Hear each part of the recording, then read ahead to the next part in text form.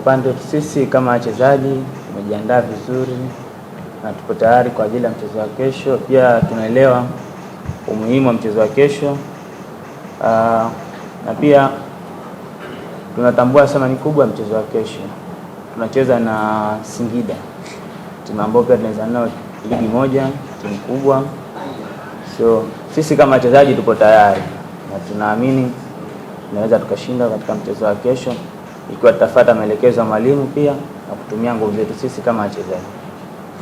Na watu ambao wanakutana na Yanga mara nyingi, ikiwa mimi sipo katika klabu ya Yanga Afrika, lakini ni timu kubwa, ni timu nzuri, na wachezaji wazuri. Kwa hiyo sisi pia tunatahadhari kwao, kwa sababu tunaamini kwamba lolote sisi tunaweza tukafanya mistake, labda wanaweza katuadhibu. Lakini pia sisi wenyewe pia tunaamini kwamba wao pia wanatuhofia kwamba Yanga ni timu inagana, anaelewa hicho. Kushika shavu kwanza ni kawaida yangu, nikiwa naongea katika media kama hivi. Popote nitakapoenda lazima nitakaa hivi. Hiyo ni kawaida yangu, sio kama nina hofu.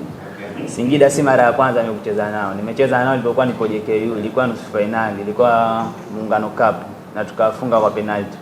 Kwa hiyo sio timu geni kwangu, na naamini nikipata nafasi nitaitumia na nitaonyesha national player.